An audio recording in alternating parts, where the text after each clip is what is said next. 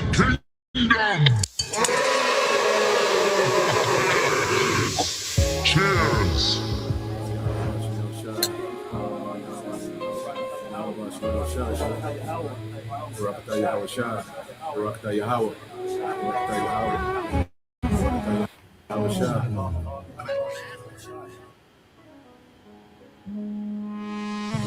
A toast to the king.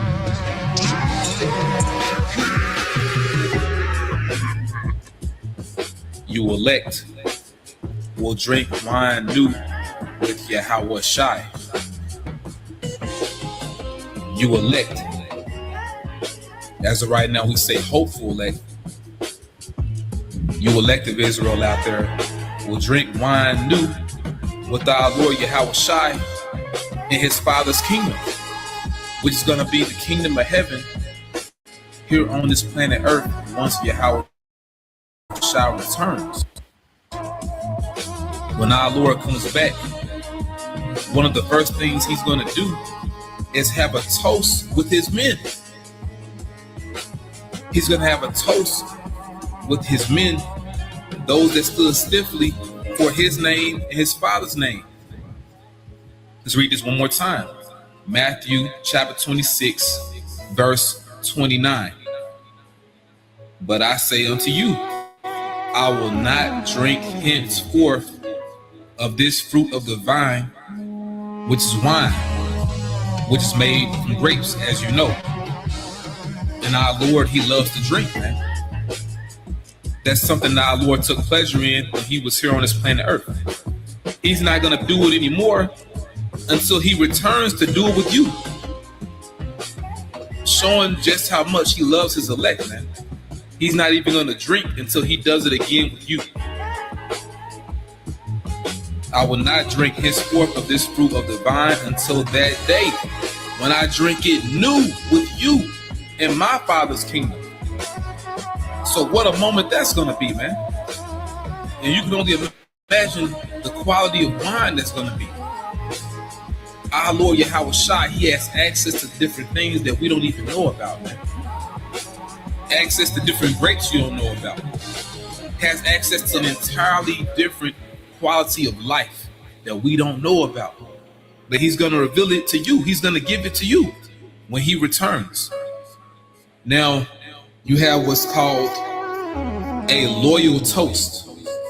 A loyal toast. I'm going to read this real quick. A loyal toast is a salute given to the sovereign monarch or head of state of the country in which a formal gathering is given. In this case, the sovereign monarch or head of state would be Yahweh Shai. He's our sovereign monarch. He controls everything, man. But guess what? He's also going to extend that power to you elect. He's going to share that power with you.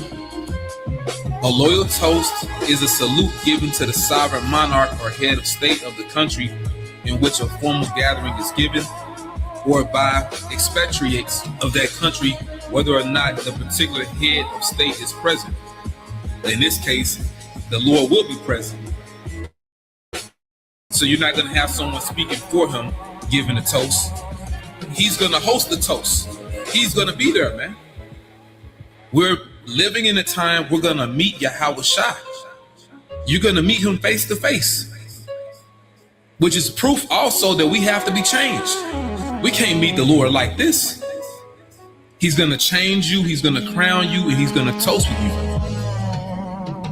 Now let's read some more. It says, it is usually a matter of protocol at state and military occasions and a display of patriotic sentiment at civilian events. The toast is usually initiated and recited by the host, which would be Yahweh Shai, before being repeated by the assembled guests in unison. To the kingdom. Cheers. Sometimes when Akim are among each other, we'll do little small toasts.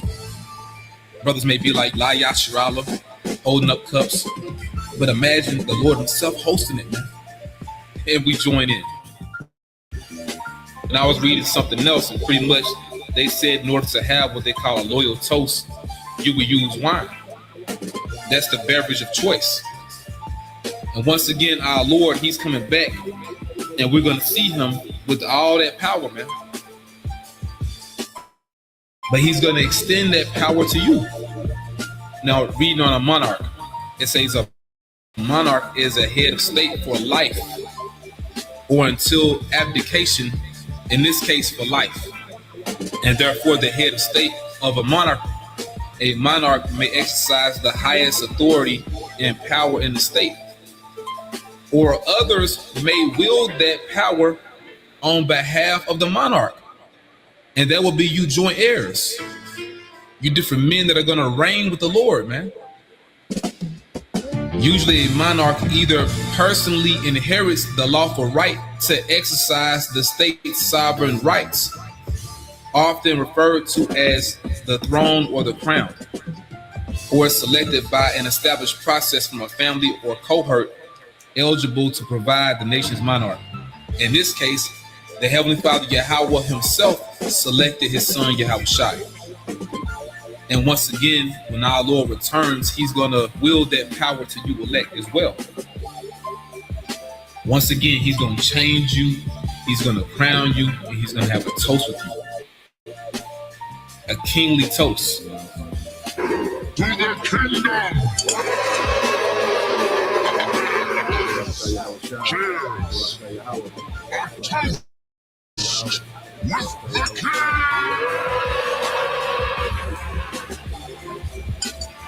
Raise your glasses, my friends. A toast with the king! A toast with the king! Raise your glasses, everyone. A toast to a prosperous future! To the king! To our glorious future!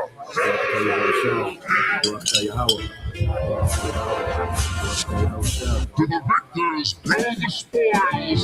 Raise your glasses! Cheers! Raise your chalices to the golden age of our kingdom! A toast to the king!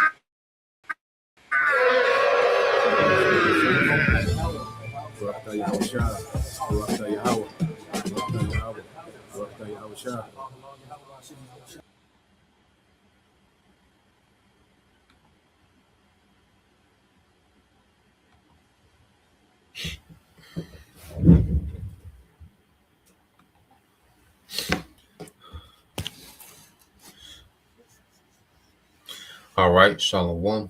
First and foremost, I would like to give all praise and glory unto Yahweh Bahashim, Yahweh Shah Bahashim, Makakwadash, and double honors unto the apostles and the elders, the GMS, who rule well, teach well, being great examples to us younger brothers, and peace and blessings and salutation to the hopeful lake out there pushing His word and truth and in sincerity across the four winds in the name of Yahweh Bashim Yahweh Shah, pushing to get up out of here. Shalom to the hopeful lake, the believers, the listeners, whom have came back to the obedience of the scriptures through faith in Yahweh Bashim Yahweh Shah. All right, going into this morning, news and prophecy, and there's a lot going on. All right, beginning of an authoritarianism. Okay, beginning of authoritarianism, and this is what we're seeing. Okay, this so-called democracy is morphing into authoritarianism.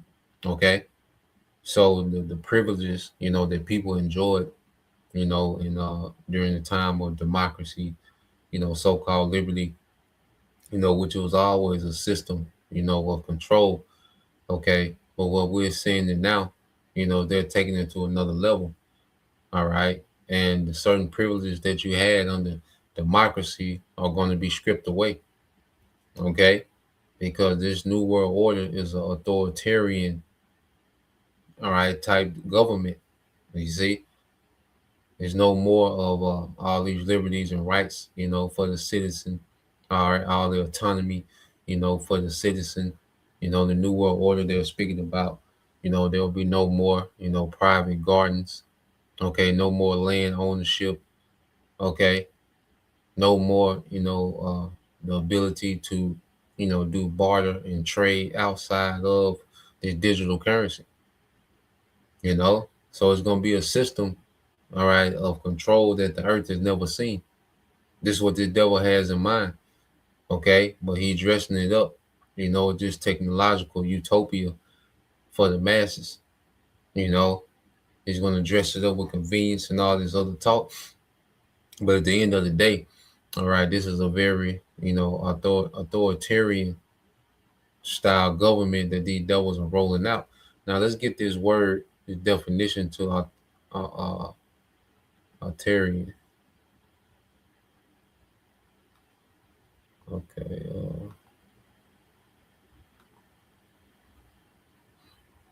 All right. Authoritarian. It says an authoritarian system. It says, or person demands strict obedience to authority, limiting personal freedom and political uh, plurality.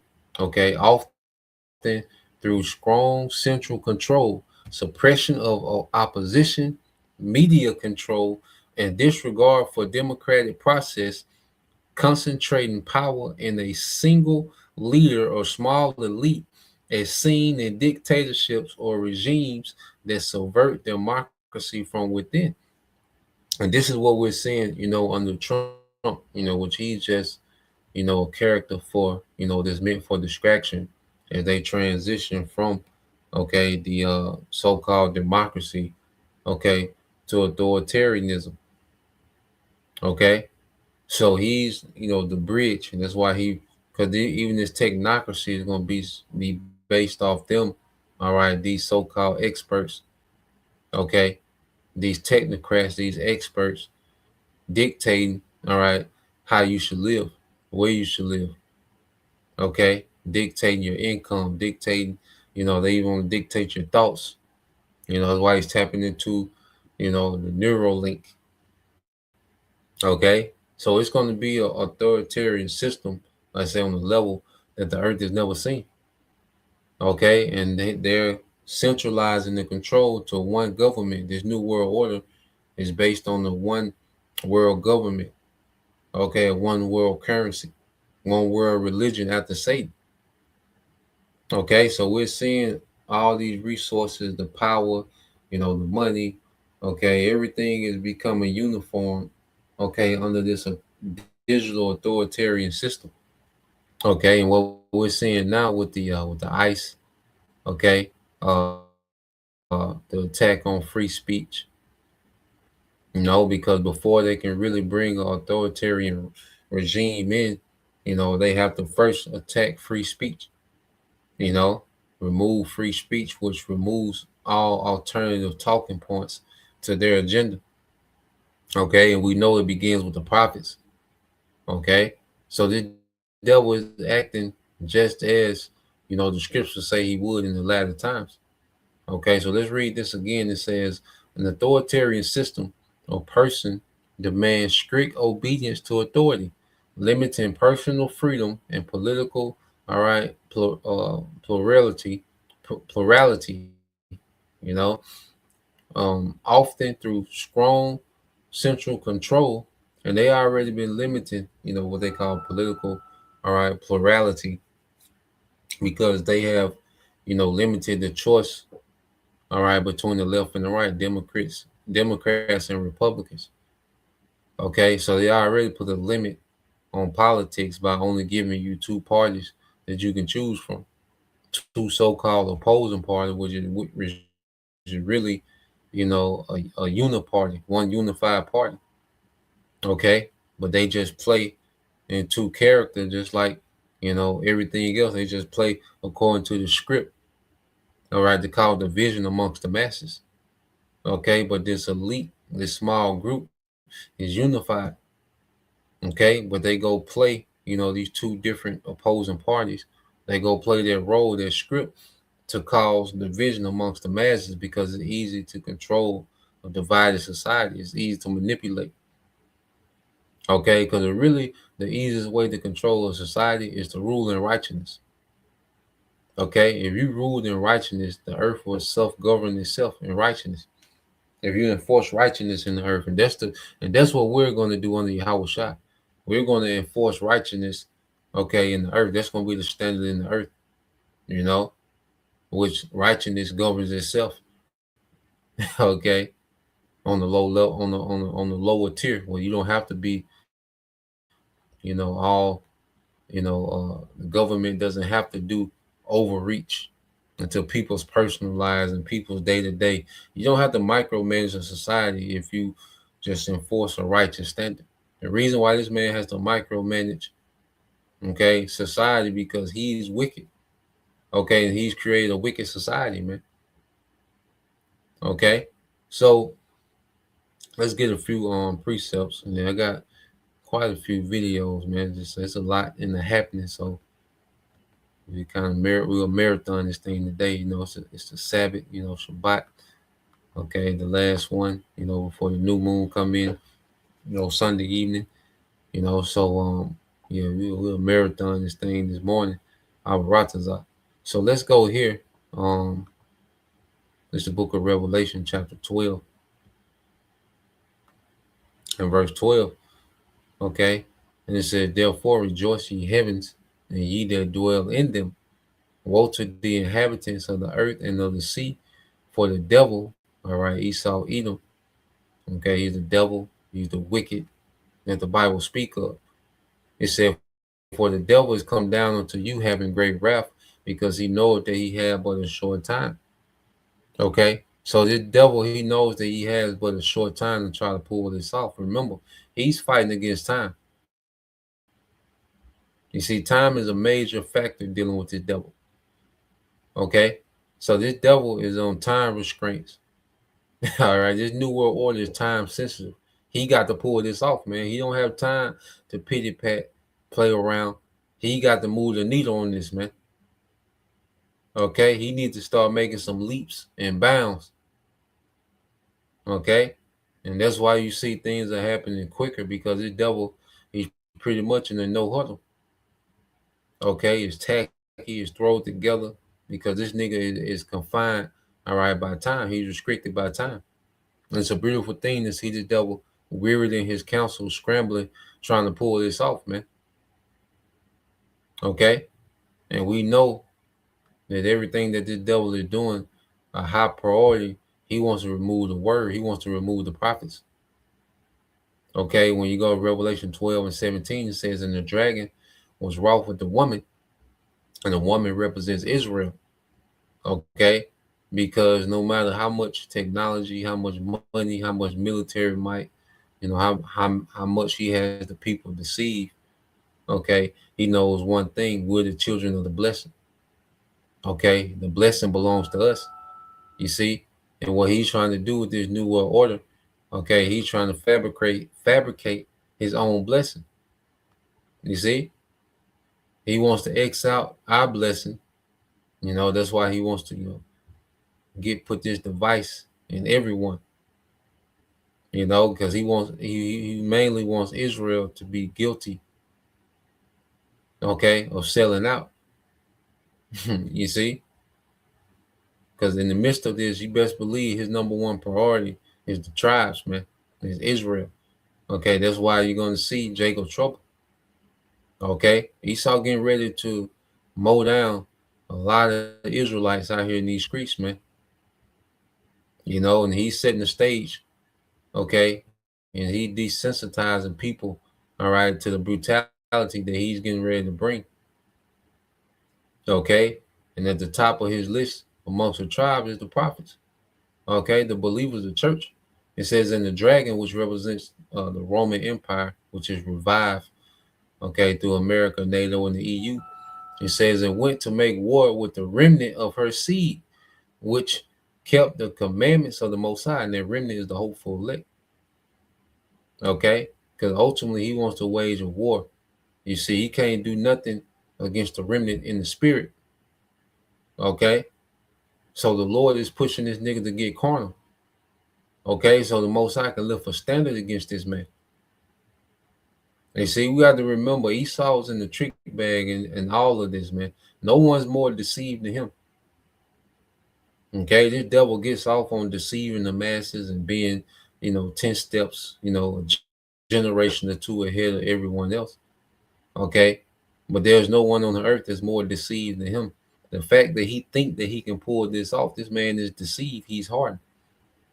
Okay, the fact that he thinks that he's just gonna have his way with the elect, with the remnant, this man is deceived. Okay, the Most High has hardened this man in foolishness, man. Okay, this is a dumb idea what the devil is doing, but the Lord has this man doubling down on it because he's hardened, and the Lord wants to judge this man. Okay, so the Lord has raised up a remnant in the midst of the kingdom of our enemies, man. Okay, and to tell this nigga about himself, man. So it's only a matter of time. Okay, for the devil, okay, the Lord, puts it in his mind to make his move towards, the church, the prophets, man. And that's when things are going to change. There are going to be some martyrs. So when these things happen, we're not shook. We know, okay, this is written. This is part of it. Okay, but that doesn't disannul. But the Lord is going to raise a standard against this devil, man. That he's not going to be able to do nothing with. Okay, so just reading it back from the top, it says, "And the dragon was wroth with the woman, and went to make war with the remnant of her seed, which keep the commandments of the Most High, and have the testimony of Yahweh Shah Hamashiach," man. You know, so you have the prophets that the Lord has raised up with the testimony of Yahweh Shah. As we teach Yahweh Shah, to our people, what his sacrifice meant. Okay, that we have now, you know, um, favor with our power again through that sacrifice. Through us believing on that sacrifice, through us believing in the resurrection.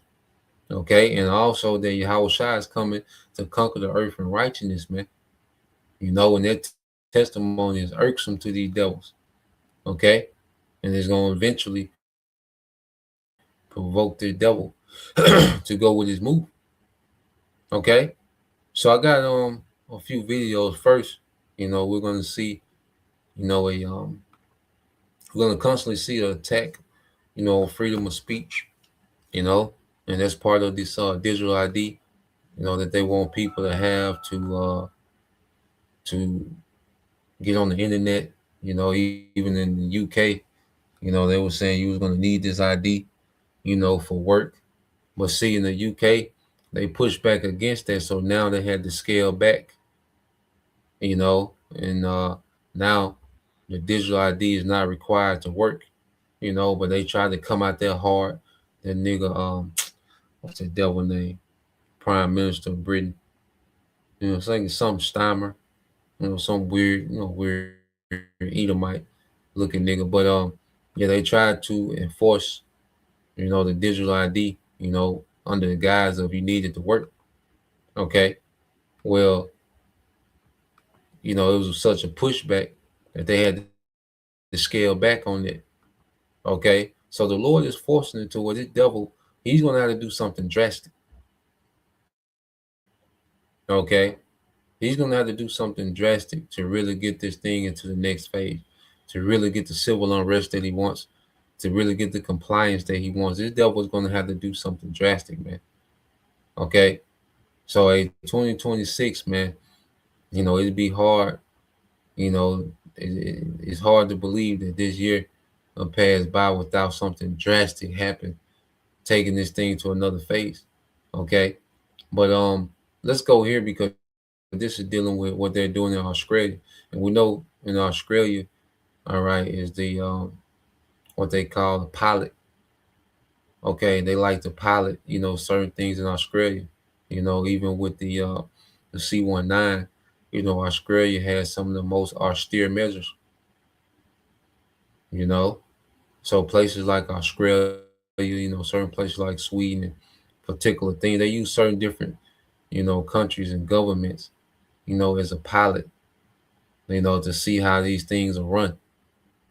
Okay, so now you go back here to Australia, and now they're supposedly about to pass certain bills, okay, to crack down on, what they call hate speech, which that's been a topic, amongst, you know, policymakers and lawmakers, okay, for the last several years, okay, and ultimately, they want to cut out, any alternative narrative and mainly this word.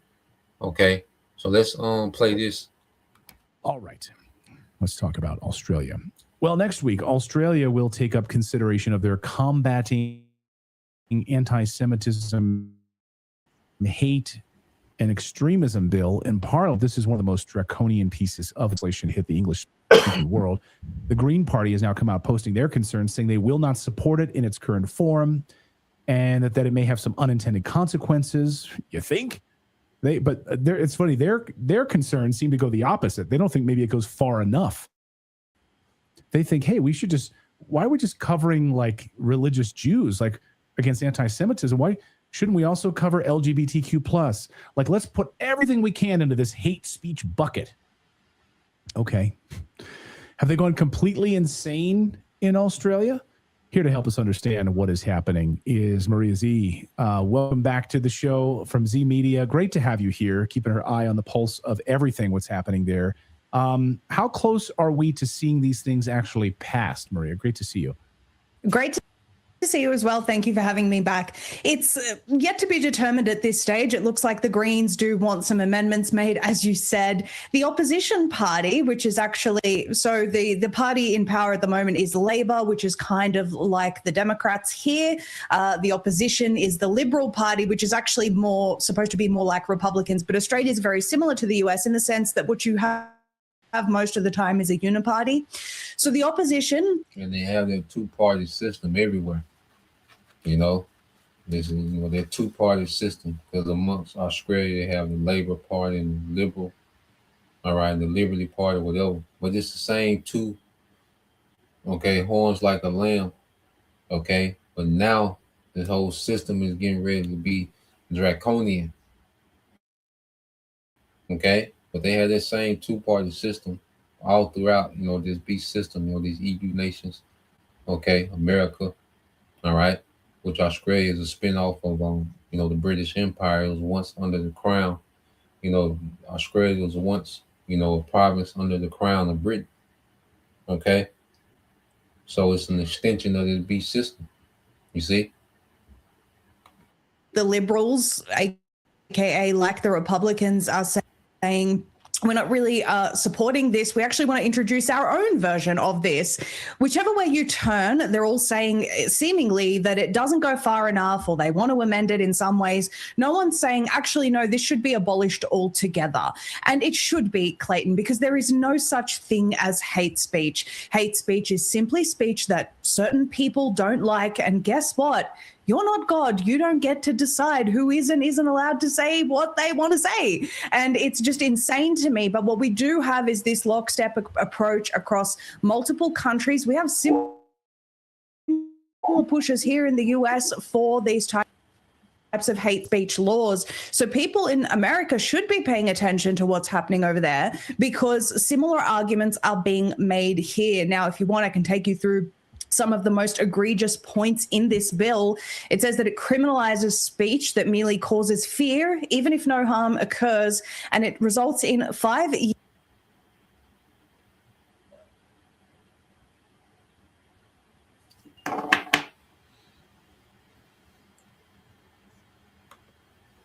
Come on now. 4726.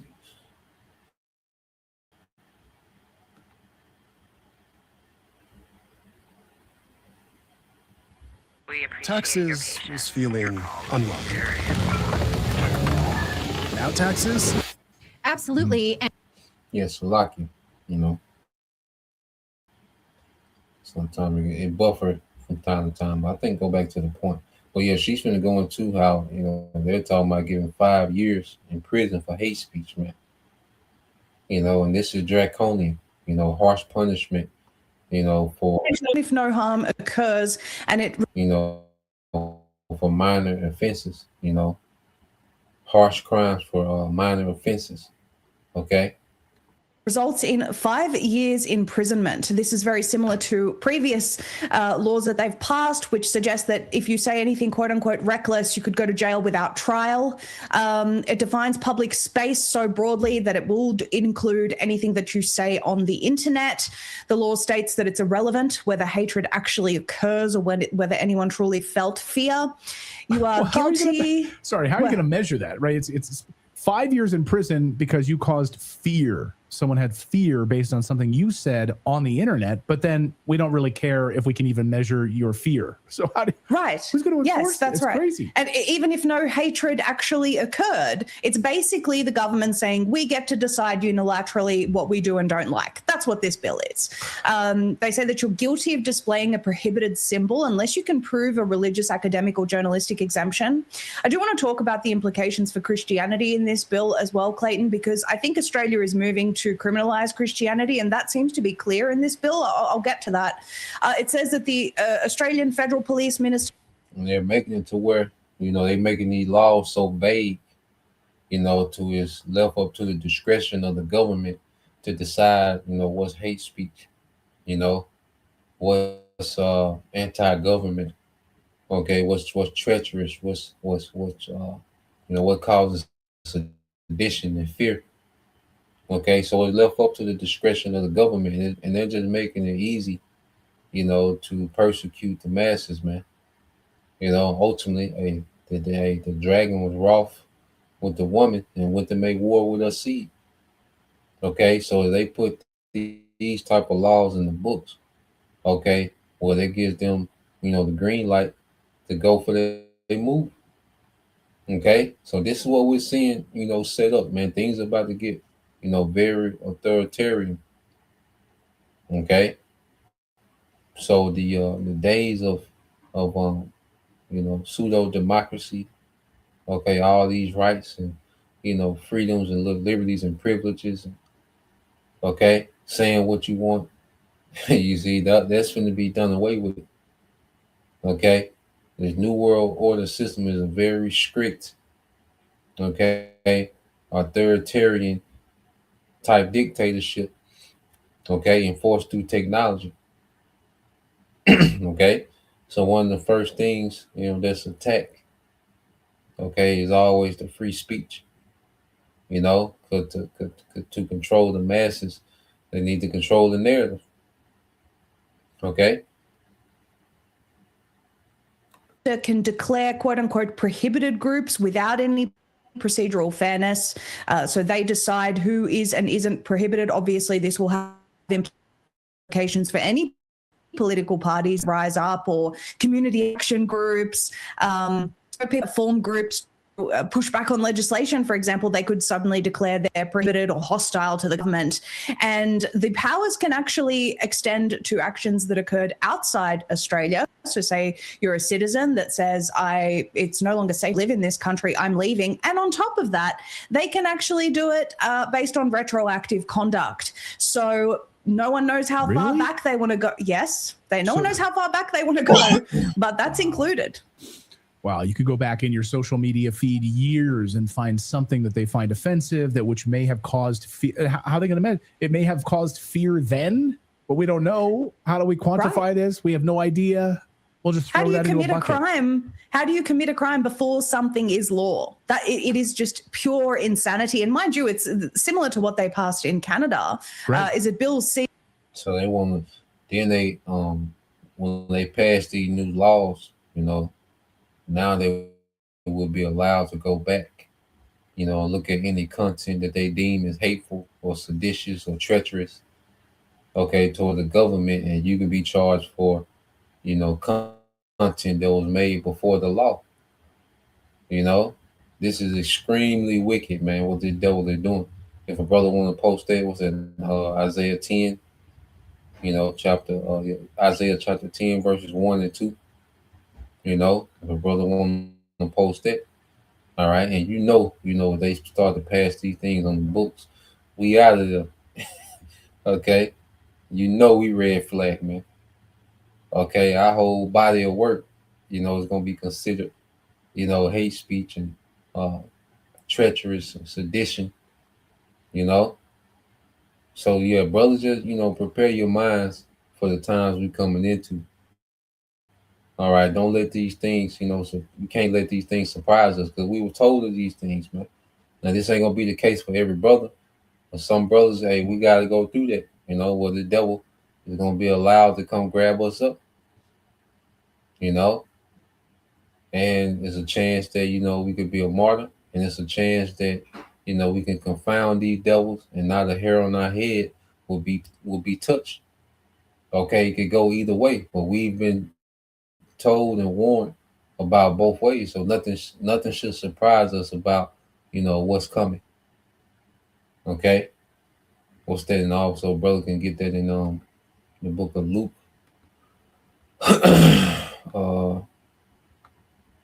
Might be quite a few. I might have to go to it myself. Matter of fact, let me go to that now, and then we'll come back to this video. Let a few minutes of that video play. So let's go here real quick. Let's get these two before I get there. So this is the book of Isaiah chapter 29 and verse 20.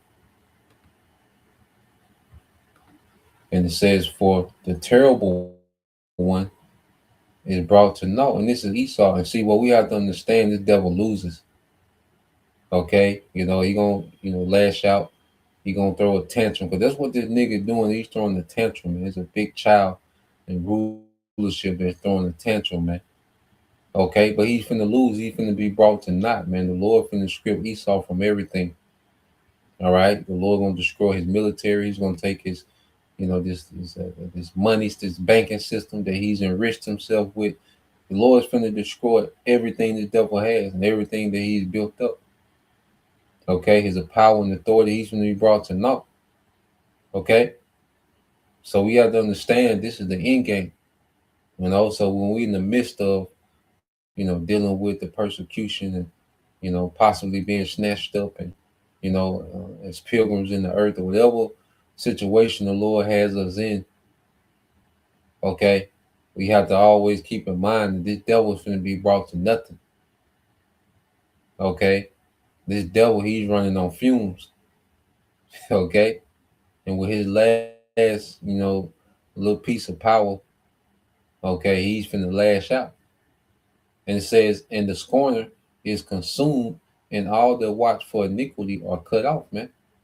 Okay, so this devil, his rulership is coming to an end. This is he's at his expiration date. Okay, and he don't want to let go. Okay, and he's getting ready to throw a tantrum.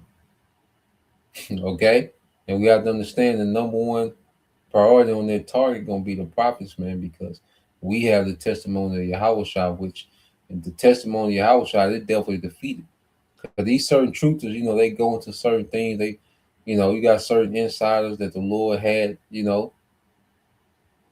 privy, to certain information that we use to edify. Okay, but they don't have the message of a victory over this man. Okay, at the end of their message, they're gonna try to sell you some gold or silver. Okay, or you see a tent, a fishing rod, you know, like our boy Paul, it take Paul talk about, when people selling stuff, but nah, man, they don't have a victory in their message. They don't have this man, all right, being completely, all right, defeated. Okay, they don't have the end of this. They don't speak the end of this man's empire and rulership. You see, that's the testimony we have in Yahweh, which is victory over the beast. Okay, a real new world order and righteousness under Yahweh. Okay, the earth needs new management, man, not new systems, new management. Okay, the earth needs a personnel change. Okay, not a system change. Okay, but the whole personnel, which by default, this new personnel is going to incorporate new systems of righteousness, man. Okay, but just trying to change the system within itself, that's not the solution. No, it's a personnel change that needs to happen. Okay, Isaiah 29 and 21 says, that make a man an offender for a word, and lay a snare for him that reproveth in the gate, and turn aside the just for a thing of naught, man. Okay, so this man is getting ready to make, people an offender, okay, for a word. Okay, any word that's against him and his wicked empire, he's gonna make it to where you're an offender. You see?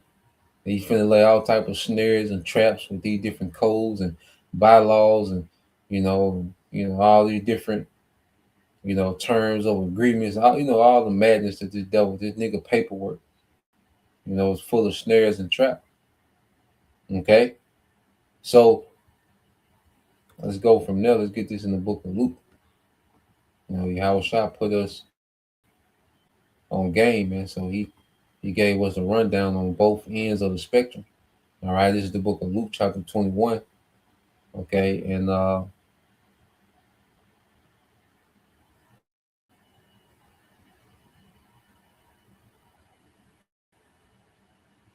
this is Luke 21:12. It said, "But before all these, they shall lay their hands on you and persecute you, delivering you up to the synagogues and into prisons, being brought before kings and rulers for my name's sake."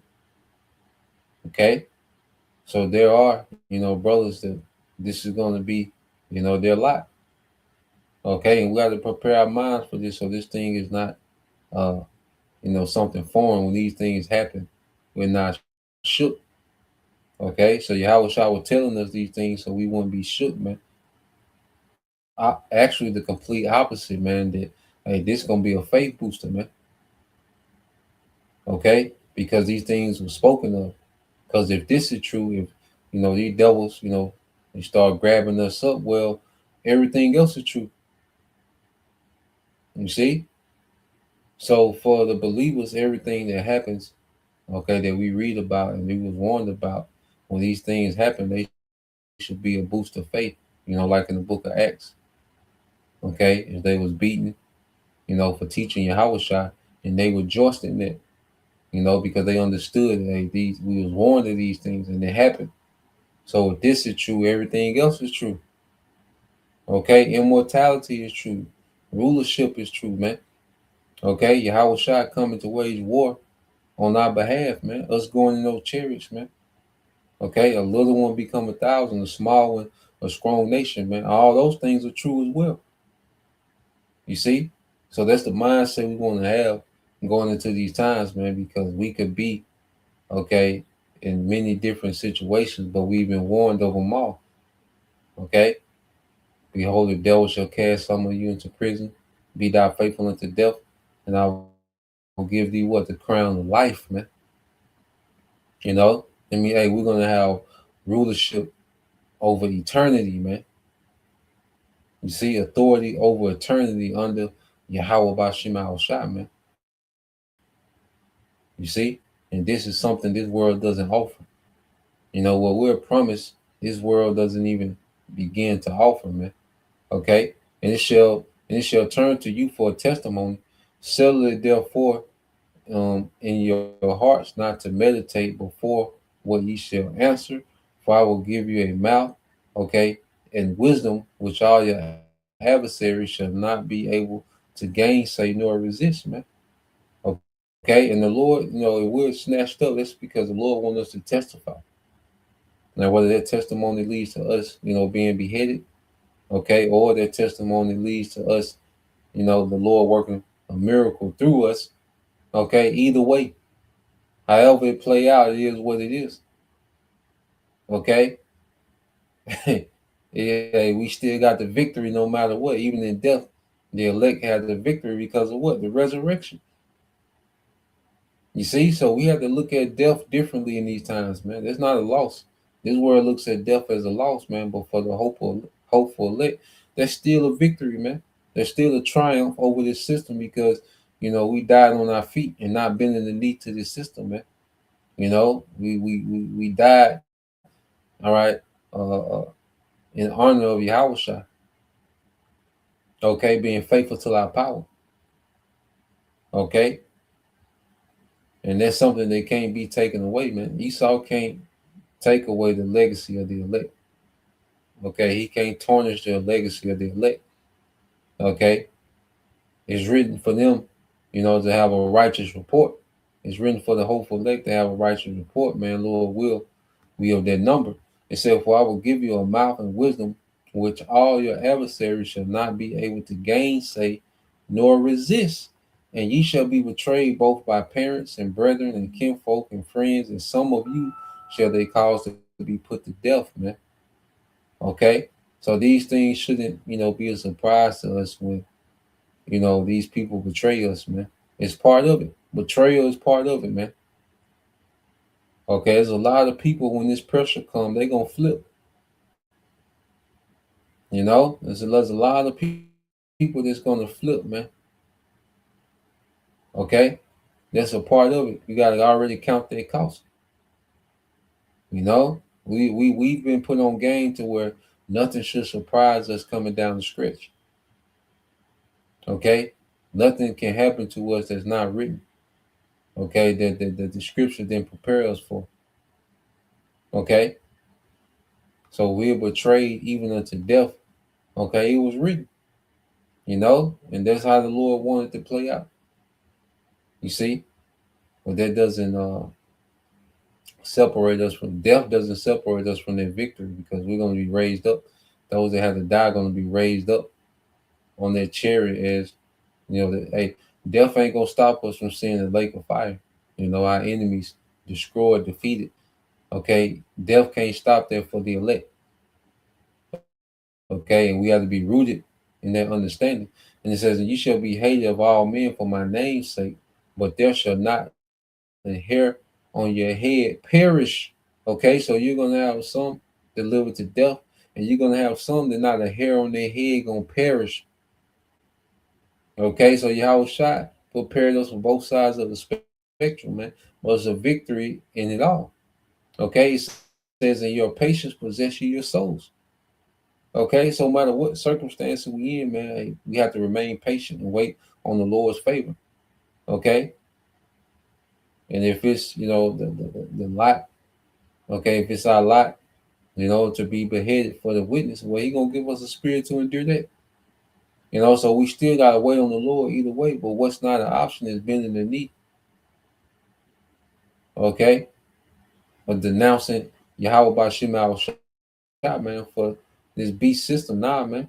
Then we always have these examples of our forefathers, how they stood in the paint during the execution, man. Okay, let's go here to the book of Daniel. All right, when it was made a decree, okay, for them, to bow down to the image, okay, which we're in the same position, okay, as they call them Shadrach, Meshach, and Abednego, okay, which is uh, Hananiah, all right, Mishael, and Azariah, okay, in the Hebrew, okay, but there's Nebuchadnezzar, gave this decree to bend the knee to his image, which this devil Esau Edom, he's getting ready to give the decree to bend the knee to his image, man, which is going to be this MOTB, which links you to, all right, his new system of AI, digital public infrastructure, replacing the Most High with technology. Okay, that C-hip is a small device, okay, but it hooks you up to a global system, man, of rebellion. It links you to a global system of rebellion, man. Okay, and it's in the image of Esau Edom, the devil. Okay, so this man wants us again to bow down to his image. Okay, well, Lord will, we have, the spirit, okay, of Hananiah, Mishael, and Azariah.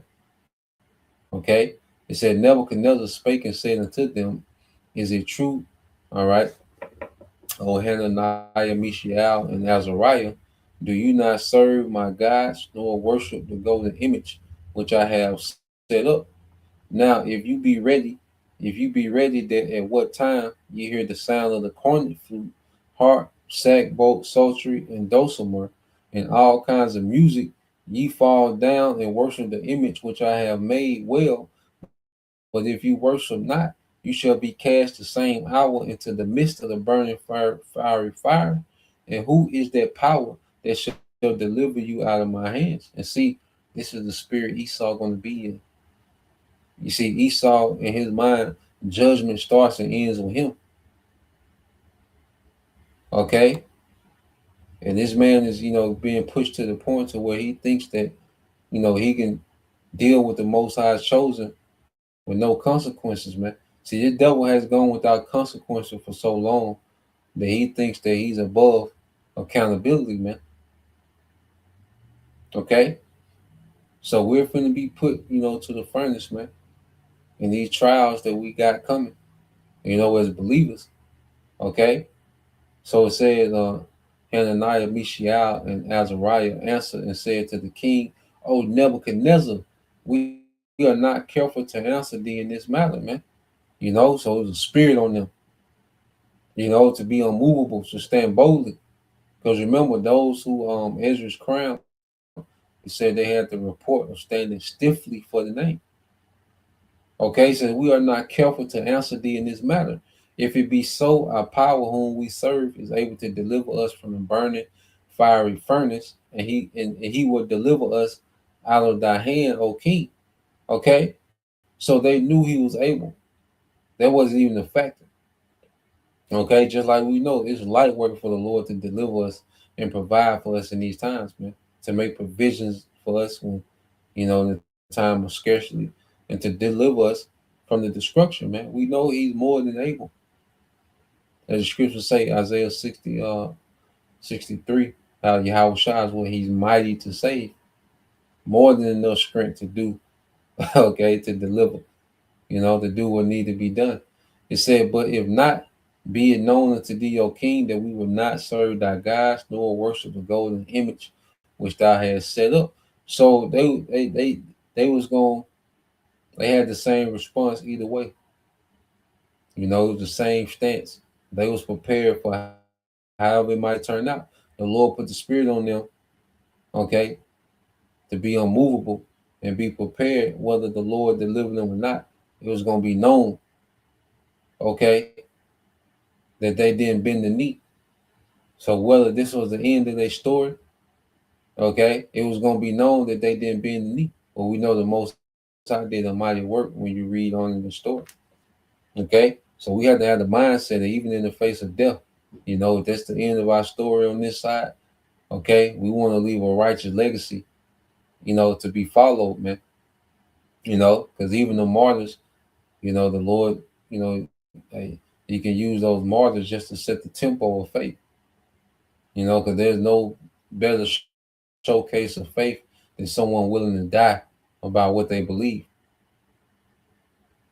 And this is why, Esau, different kingdoms, they didn't want to martyr, certain people because, it would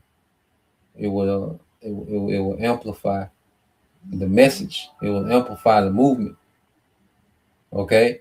So even in, certain believers that have to be martyrs, well, guess what? It's going to amplify the faith of those that remain.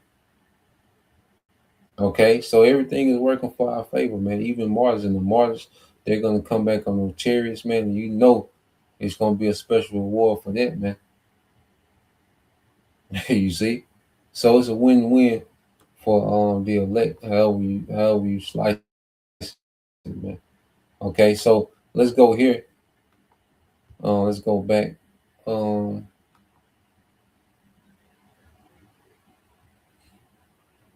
play a little more of this on Australia. The C93, I think, forgive me if I'm wrong about that one, but there are very similar bills in Canada.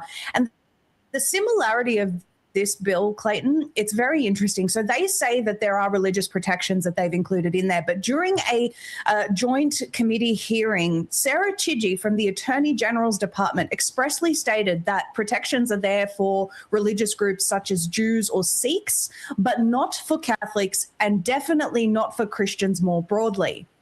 So what I want to point out here is that all of these hate speech bills that keep passing in these Western countries, are at their very core anti-Christian bills. How do we know that? Well, we simply have to go to other examples like Canada and the UK to understand how they keep doing this. The example out of Canada, it's really egregious. They actually used an example of an Islamic preacher who basically called for violence against Zionist aggressors. This was his words, and then he claimed that his remarks were a prayer and therefore could not, under the existing law, be classed as hate speech. The prosecutor actually agreed that this was his religious prayer and he could not be prosecuted. So what they did was they said, we need hate speech laws. But what they did was expressly carve out in their legislation exemptions for Islamic preachers, but banned certain verses of the Bible. And that's what Australia's doing as well. They've carved out exemptions for Islamic preachers, but they're saying that Christians will not be protected. In the UK, just today, I heard the report that a man, there was a protest. People were saying, God is great in Arabic, which is an Islamic statement. And a man responded, God bless you. And he was arrested, Clayton. The man who said, God bless you, was arrested. These Western countries are coming after Christianity with these bills. Remind me never to sneeze in the UK. And that's a cut, on the guys that talk about Christianity as the mark of the beast, one of the dumbest breakdowns ever, but you had guys saying that Christianity was the mark of the beast. Look, Esau was never into the Bible. Okay, the Bible was just a decoy. All right, to make it seem that he was righteous. Okay, the Bible was a decoy the whole time, and that's why Christianity, modern Christianity, is nothing but paganism. Okay, and there's no one that knows least about the Bible than a Christian. Okay, the people who are the most misinformed when it comes to the Bible are Christians. Even certain atheists know more about the Bible than Christians. Because the reason why you have atheists, okay, is because of the Christian doctrine don't make sense. When people read the Bible, okay, and try to make sense of it with Christianity, it doesn't make sense. And it causes them to just dismiss the whole Bible. Okay? So the reason, most people are atheists is because of the contradiction of Christianity with the Bible. Okay, so it's a contradiction. Okay, but what these devils want to do, they want to do away with the Bible, the righteousness of the scriptures, man. Okay, that's what these devils want to do away with, because in the new world order, okay, there is no Most High. Okay, it's just him and his technology. Science did this. All praise science. That's what he wants to bring about. Okay, his science. You see, so let's go from there. Well, get this. So now you have that. Now it was a spirit, because we just went into Scott Riddle's yesterday. Well, the other day, I don't know if that was yesterday or not, but so you got this happening with Scott Riddle. Supposedly he was debanked. Now with Scott Riddle, I think he's compromised. And we use these men. As we go into these World War III updates and what's to happen, there's certain men that we use, that I use. Okay, and I used to be on Scott Riddle heavy, but I fell away from when because after he got apprehended by the FBI at the airport a few years ago, he kind of switched stance a little bit with his talking points. Every now and then he'll say, some things that's on point, but I noticed since he got, scooped up by the FBI, that a few years ago, that he kind of changed some of his talking points. Okay. So this is him saying that he has been debanked, by the government, okay, for his talking points. You see? And I said, I believe he's compromised, could be, could not be, I don't know. He's an Edomite. Now with Larry Johnson and Conor McGregor, okay, they are part of this little clique of ex-military, That's all about, exposing, the wickedness within, American, foreign policy, geopolitics, and, military, okay, missions, you know, so forth and so on. Okay. But this guy here, Scott Riddle, I'm on the fence with this guy if he's compromising now. But let's just listen to a few things he's saying, because whether they put him up, to say this, the psyops, okay, for people that speak, loosely against, the government, the wickedness, calling out America for the wickedness. This is a psyop to cause, fear. Okay. But let's play this, man. Hi, everyone. Judge Andrew Napolitano here for Judging Freedom. Today is Friday, January 16th, 2026.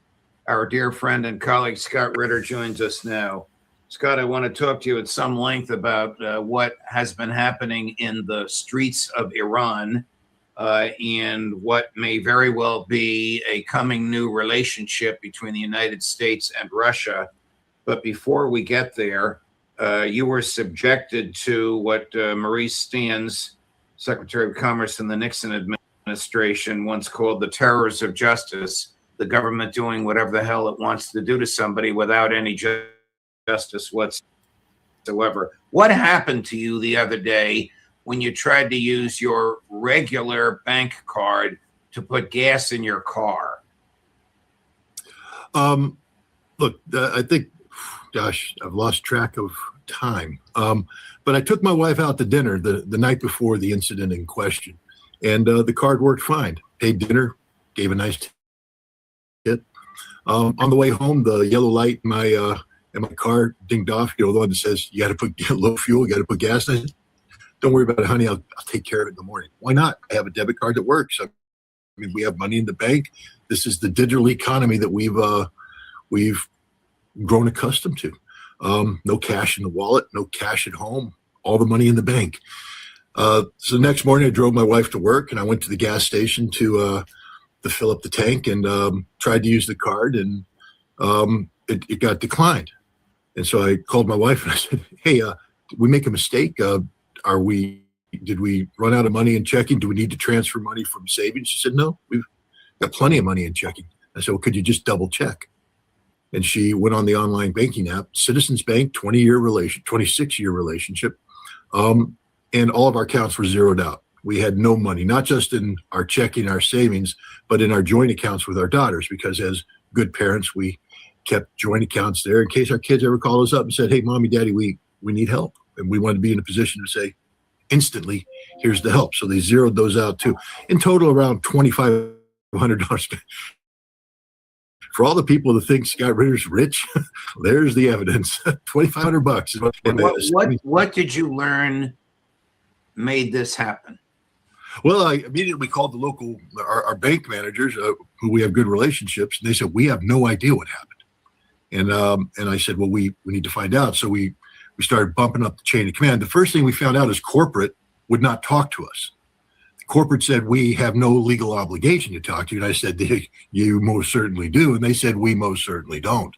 And I pushed the issue, and the manager backed me up. And what we found out, they said, look, we sent a letter to you. And so I went back through the mail, and sure enough, the day before, in a stack of mail that we hadn't quite gone through yet, was a letter from Citizens Bank that said, we have decided to end our banking relationship with you. And we have taken all your money, and we will issue you literally at the thing, it says, Citizens have no obligation to disclose to you its reasons for closing the accounts, and at this time, Citizens policy prevents disclosure of any information concerning the decision to close the account. And again, I didn't accept that, so I pushed and made a series of phone calls, and finally got Citizens to tell us who did this. And it was, a priority investigations unit within their fraud department that only responds to input from the federal government. And the input that they respond to are called suspicious activity reports. And I asked the local bank manager, did you submit any suspicious activity reports? And she said, no, there's nothing you do that's suspicious. You coordinate with us on everything. I said, that's right. And so it turns out that somebody in the U.S. government triggered Citizens Bank at least 3 times with suspicious activity reports. And then what happens is you automatically get designated as a high-risk client. And then under the, every time when you open up your bank account, that thick pad of paper that they print out and they open up the last page, say sign here. Well, in there in the small print says that Citizens or any bank can terminate your account at any time if you're deemed to be a bad investment risk. And if you get designated as a high risk client because of suspicious activities report, they automatically debank you. And this is by design. The House Judiciary Report, when going through the January 6th, how the U.S. government targeted them, said this is used all the time by the FBI, all the time. When they don't like you, they simply go in and go ding, ding, ding, algorithm click, you are debanked. It's a tactic that has been used. I think the U.S. government the Biden administration had a code name for choke point. And it's just a standard tactic that's been used forever by the United States government to harass anybody who dares do things that the U.S. government's not happy about. You see, it's not about me breaking the law. If I broke the law, FBI guys be coming through my door, they'd seize my accounts, they'd freeze them, seize them. I wouldn't get the money back because it's bad money. That's not what they did. What they did is simply abuse a loophole in a law written by Congress, and Congress has acknowledged there's nothing they can do about it. Literally nothing. They call the FBI and the FBI says, we didn't do anything. And the banks say, we can't talk to you because you wrote the law and said when a suspicious activity report is filed, we don't tell anybody. Who filed these? Well, suspicious activity report can be filed for no reason at all. It can be absolute BS. Do we know who filed this? Federal government. That's the truth. We don't know who in the federal government did it. I have reason to believe that it's the FBI because the National Security Division of the FBI has declared war against me since 1995 and has gone on record saying they are going to destroy me and my family. And so I have every reason to believe that they're continuing to live up to this threat. So yeah, and whether this is true or not, all right, but the fact that it's being put out there, to let the world know, that these devils, they have the ability to debank you, okay? Based on your political stance, they can deem you a high-risk investment, okay? And they can just zero you out. You see, and we come into these times, man, this could happen. We can't, we just, scripture say, be not ignorant of small, any matter, small or great. But that's Sirach 5:15. If a brother want to post it, it's the book of Isaiah 10:1. Okay, the brother Tyler Hansbrough. And it says, GNT, it says, you are doomed. You make unjust laws that oppress my people. Okay. And we know ultimately the devil, he's going to start using all type of tactics.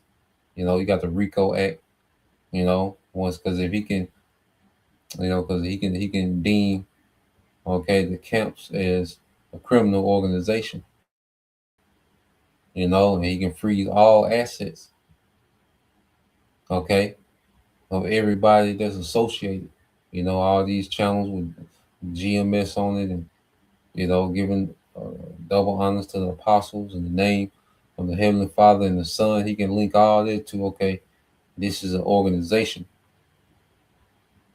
and just freeze all assets, So there's no telling, because scripture says what they're going to be casting them out of their houses. These are the times that this is what the stage is being set for. And that's why the Spirit is having, the body to be serious-minded about the times we're going into, rooted in doctrine and understanding. Okay, this book, Isaiah chapter 10, verse 2, it says, that is how you keep the poor from having their rights and from getting justice. This is how you take the property that belongs to widows and orphans, man, because this devil, he preys on the vulnerable. Okay. You see, freezing someone's bank account that's check to check, man, that's a death blow. You freeze somebody's bank account, that's check to check. You clear somebody out, that's check to check. You see, and this is why we're just going to have to depend on the Lord more and more going into these times. The brothers can get that too. Isaiah chapter 10, verses 20 and 21. All right. So this is the brother of Mark Cabal, Sirach 5 and 15. It said, be not ignorant of anything in a great matter or a small. Okay. Understanding the schemes and the devices of the devil, man. Okay. Well, this shows you, and see, this is why he wants to go digital, because with a digital system, he wouldn't have to go through all this, man. This is why he wants the digital system, because it gives him more control. To soon as you say something that, that draws a flag, they can begin to deduct, okay, or just clear you out, or just cut you off, man. And the system, this digital system is going to give him full control on whether who participate or who doesn't participate, okay, in the system. And everything is going to be done through the system, okay? So we're coming to a time we're just going to have to depend on our power, man, okay? Because right now, okay, we're, law-abiding citizens, pay our taxes, bills, traffic laws, and, we have, we work, we have etiquette, amongst the public, okay? But then there's gonna come a time to where, hey, we can't go any further in this system because it will conflict with, our obedience, our faithfulness to Yahweh Bashim Al Shai. As the scriptures say, uh, we are to obey the Most High and not man. All right, I think that's Acts 5 and 29. My brother want to get that as well. So let's go here. So now you have that. So now let's segue, with this whole thing with ICE. ICE has been, the headline these last couple of days. Just so much news, happening. But before I go to that video, let's go here. Pull this up in the chat.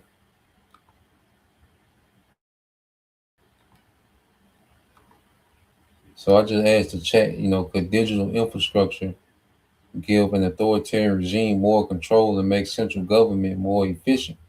It says, yes, digital infrastructure can simultaneously make an authoritarian regime more efficient and give it significantly more control. Those two effects often reinforce each other, all right, though they also introduce risk, okay, risk and limits, okay. It says how digital infrastructure increases control. Authoritarian governments benefit from digital systems because they centralize information, surveillance, and enforcement. Okay, so they want to take debanking to another level. You got to see here if you're on the digital grid, okay, to where everything is tied to, okay, your digital ID, okay, your digital self, your health, your passports, your travel pass, okay. All these things are attached or linked to a digital ID, which that digital ID is linked to a system. Okay, and according on your behavior, okay, they're able to restrict you from the system. According to your behavior, okay, you can't get an Uber today. You can't. Your money is cut off for a week. Okay, the expiration date on your money has just moved up. All type of things this devil can do, man. When he makes this thing completely digital. All right. And it says surveillance and monitoring. It says mass data collection, mobile phones, internet traffic, CCTV. All right. Biometric ID, smart cities, social media activity, financial transactions, location data, Algorithms identify risky individuals or groups before protests or dissent occur. Okay? So the devil really wants to get into thought crime and things of that nature, man. You know, this is what the devil is on. All right, a complete demon, completely wicked, man. And what the devil wants to pull off. Okay?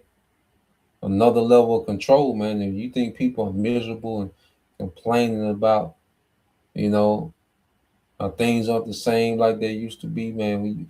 You just if this devil was allowed to implement this system, okay, and this would just be the system going forward for years upon years, man. This would, be beyond a nightmare, man. Okay, so information control, censorship at scale. It's an automated filtering, keyword blocking, AI, content moderation. Yeah, so it'd be on another level. You wouldn't even be able to type certain things. Okay, it'll be erasing it as you typing it. You see, certain content, as soon as you say that word, okay, instant separated, lost the internet. Okay, he wants to take censor. Because this man wants a world where the glory of the Most High is not mentioned. He really wants to exile Yahweh Shah on a whole nother level. Okay, because this culture is anti-Messiah, but that's not enough. The fact that there's still, a mention of Yahweh Bashim Shah. Okay, a mention of, all right, the kingdom that's to come, the righteous kingdom to come. He wants to take that away. He doesn't even want these things mentioned. Okay, if he was able to set up, this system, man. Okay, if he was able to set up this system, man, decades on down the line, there wouldn't be no remembrance of a Bible. Okay, of laws, of the wisdom of the scriptures. Okay, it just all be him. He's the origin of wisdom. All right, it said narrative shaping, it said state back algorithms.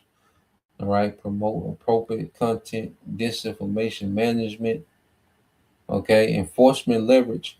Digital identity systems tie citizens to bank accounts, healthcare, and travel permissions.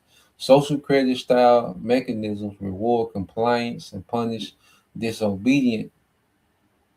Okay, and this is the system that he wants to where he can reward compliance with simple. And see, his reward is the simple, like you being able to travel so far or go here or go there. Okay, simple things, the things that we are freely doing now, he wants to make that a reward in his new system, like he doing you a favor. Okay, to be able to eat meat, that's going to be a reward in this new world system. Okay, to have a glass of wine, go to the beach, that's going to be a reward. Okay, for compliance in his new system, man, as if he doing you something great, man. Okay, and this devil is low level, and his imitation of the Most High is extremely wicked. Okay, and it would be a miserable way to exist in the earth, man. I would rather be in the spiritual realm. Okay, so let's go here.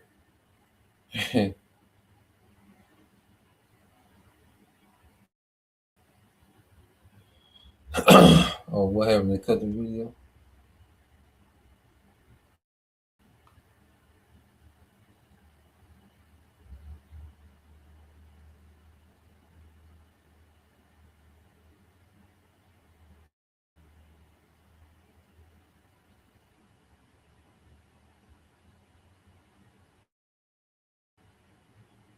Man.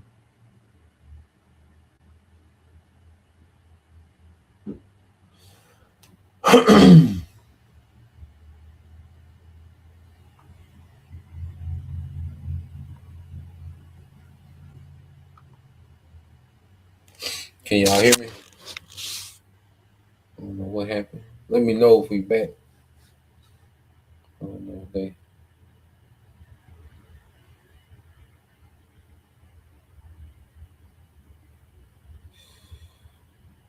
Uh,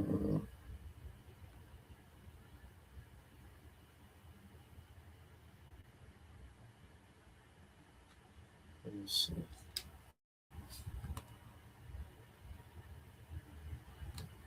Okay, come.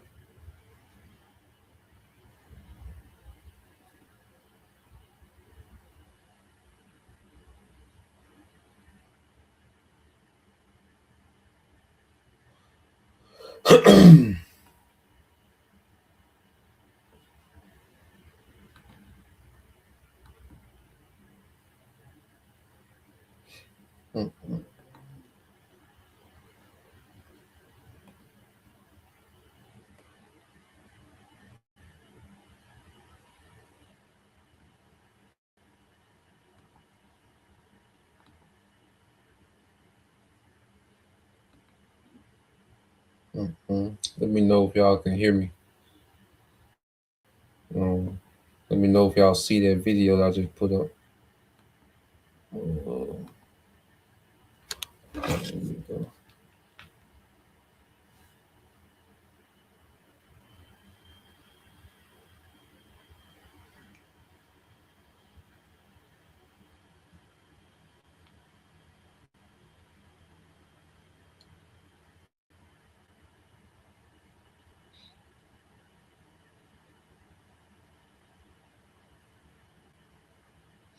Okay, come.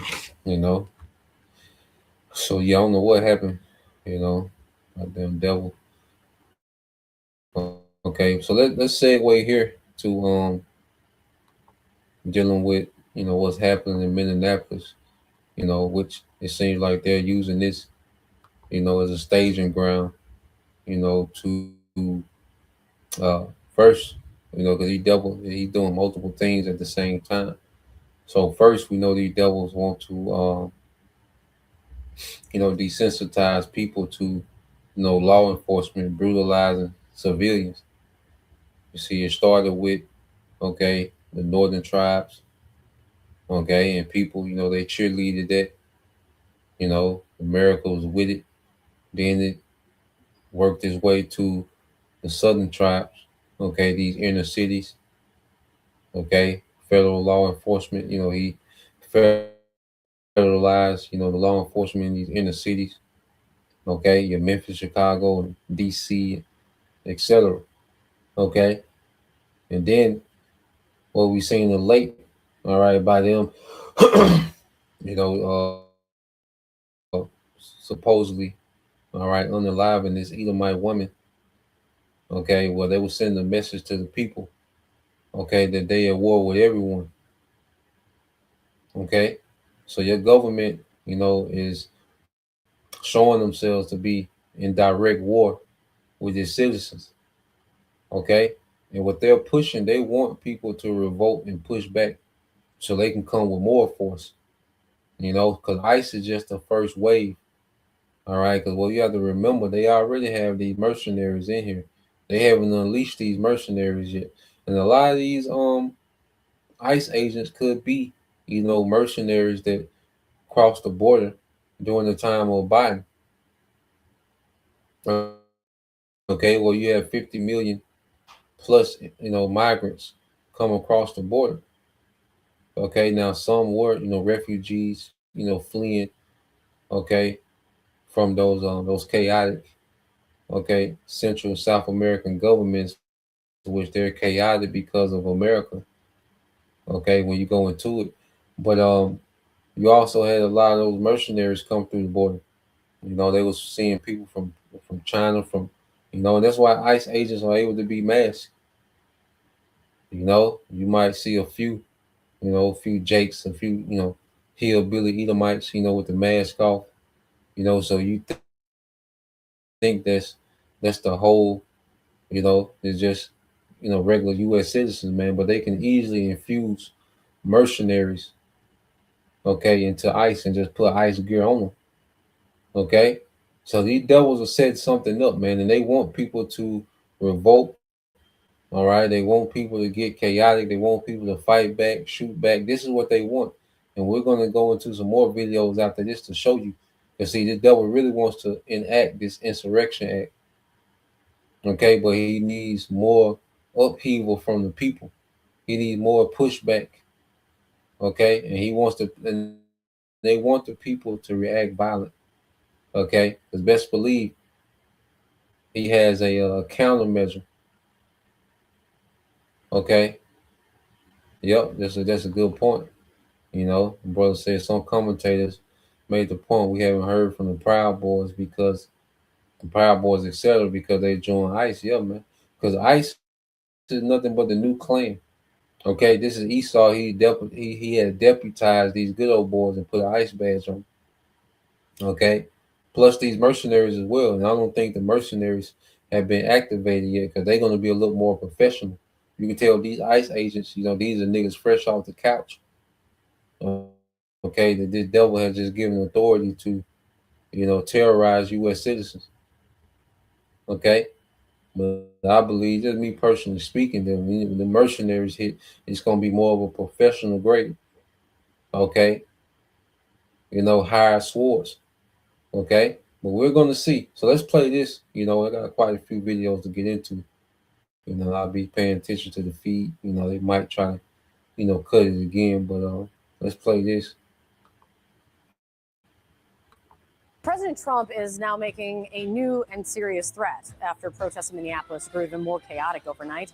And there was another shooting involving a federal agent. This agent allegedly ambushed. The president posting this, we'll put it up for you, saying that if Minnesota's politicians don't obey the law and stop the professional agitators and insurrectionists from attacking the patriots of ICE, I will institute the Insurrection Act. So that could lead to him deploying U.S. troops on U.S. soil in that state. We start with you. This has now been taken to a whole new level by the president with this threat. What are you hearing about this? Yeah, this is a very big deal. And I should know that this is something we've heard President Trump, of course, threaten in the past. He did so during his first term, particularly around the George Floyd protests that had erupted in 2020. But he also recently did it as well when talking about, you know, wanting to crack down on, you know, different types of protests, but even more specific, military help with law enforcement and trying to crack down on crime and deportations in cities like Los Angeles, Portland, and Chicago. But part of the reason this is such a big deal, let me just break down what the Insurrection Act actually is. It is a 19th century law. It's normally considered a last resort for presidents, but it gives presidents the authority to call on active duty military. So you could see potentially people like the Marines or soldiers, National Guard included in that, going into the streets of U.S. cities for law enforcement activities. And it's normally used only in certain specific cases. It can be used at the objection of local leaders. And so that carries its own weight here. Now, in my conversations with Trump officials, this was true during the first term, but even more so now, I should argue, in the president's second term, they have essentially told me that this is something they do not want, that they've been very hesitant to essentially go there despite the president threatening this. Some of that is because of the legal complications, but even more so because of the political ones. And you know, having this type of law enforcement military in the streets, of course, would potentially escalate things so much further. And so this has all been a calculation behind the scenes. Of course, our goal today is to figure out how serious the president is actually about this and whether they're actually making plans potentially to do something to invoke this act, Kate. Absolutely. Elena, thank you so much for that. Joining us now, Andrew McCabe, the CNN senior law enforcement analyst and former deputy director of the FBI. Andrew, thanks so much for joining us. Last night, as you know, Minneapolis saw yet a new wave of very disturbing protests and clashes with police. 1 week ago was the ICE shooting death of Renee Good, and now the president is threatening to invoke what's called the Insurrection Act. 5 years ago, Minneapolis was rocked by violent protests after the police murder of George Floyd. Andy, is Minneapolis sitting on a powder keg right now? Absolutely, they are, Wolf. And I think you saw that very clearly last night. I think the chaos, the escalation in violence, the overly tactical way that law enforcement responded to that assemblage of protesters, they're all very obviously related to the fact that the law enforcement team on the ground having to deal with this situation is not one that is trained for or equipped for or experienced in dealing with large crowd control. These are federal agents. They're not police officers. There's not as many of them as you would need to handle a large crowd. Think about the way that we've seen effective law enforcement responses to large crowds, large protests, whether they be over the George Floyd death or whatever. You typically see a massive number of police officers in riot gear, not carrying shoulder-fired weapons, but rather carrying shields and sometimes batons, less than lethal weapons. And they basically move together in a very systematic way to regain territory and disperse the protesters. Right now, you have a much smaller force, totally focused on a tactical response. Half of them are carrying M4s and other very heavy shoulder-fired weapons, rifles. This is a powder keg, and last night you saw it just about go off. Yeah, it's just not good all around, right? And now you have the president threatening this morning to invoke what's called the Insurrection Act. He said, quote, if the corrupt politicians of Minnesota don't obey the law and stop the professional agitators and insurrectionists from attacking the patriots of ICE who are only trying to do their job, I will institute the Insurrection Act. Let's remind everyone of what the Insurrection Act is. It allows the president to deploy the U.S. military domestically and use that force against citizens. It can only be employed if there's an insurrection or interference with state or federal law. So, Andy, as a former deputy director of the FBI and acting director, do you see any grounds to legitimize the use of the Insurrection Act here? You love building high-performing websites, but you don't love having to chase clients. No, absolutely not. I think there's a lot of indicators on the ground that point towards the need for a much better and very different law enforcement response. This is, we have had, unfortunately, violent protests in this country for a number of different reasons, different issues over the last couple of years. And in not one of them has any other president declared to bring in the United States military to take over a city under the Insurrection Act.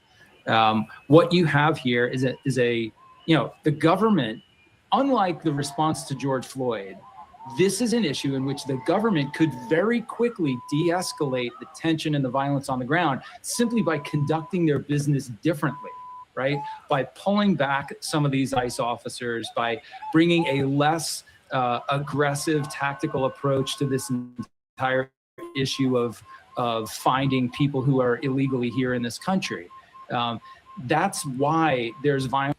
See, it was never about finding people that were illegal, okay, in the country, okay? It was to get U.S. citizens used to authoritarian law enforcement. Okay, look at the vehicle, man. This is an MRAP, man. This is a war vehicle. Okay, these are vehicles that they use for, anti-mine, you see certain missions that they will carry out, in the desert. Okay, look at the vehicles that they're using, man. All right, they're at war with the citizens. Okay, and what they're doing, they're allowing ICE, to infiltrate these different cities, different strategic points. Okay, so when these devils make certain decrees and there's true, all right, unrest and protest, they're gonna already have law enforcement in place, man, and they want you people, all right, to go crazy, man, because he wants to enact the Insurrection Act. Okay, that's why they're trying to provoke you, man. That's why they did this to an Edomite woman. They thought for sure doing this to an Edomite woman, then she was a leftist, okay, which we know all there was a psyops, but they wanted a great reaction, man. Okay, they wanted a bigger reaction than the one that they're getting, because now, they're using AI, and other means. Okay, they're using AI and other means to get you people to provoke. Yeah, like you said, bro, it's real tacky, man. See, this nigga gonna have to, Esau gonna really have to come out with something, man. You see, his propaganda, his crisis accuracy is losing its salt. So this nigga gonna have to really do something, man. He really gonna have to shut the grid down. He really gonna have to collapse the dollar, a bank glitch or whatever. He gonna have to do something drastic to get the unrest that he wants. Okay, because he done normalized people so much, to the police shooting people that, Jake thinking about the national championship, man. What Miami gonna do? Miami back to you. A nigga somewhere throwing up to you. Okay, they're not thinking about Renee Good. Okay, she gonna be a lost thought.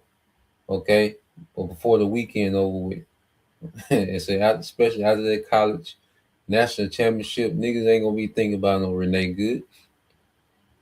Okay, so this nigga gonna have to do something drastic, man. Like the brother said, man, it's a bad Hollywood movie. It's a lot of acting, man. I've been watching footage, and it's just been terrible acting, man. I said the devil, he gonna have to do something. He gonna have to really pull something off major, man. He gonna have to cause a black swan event, as they say, something drastic.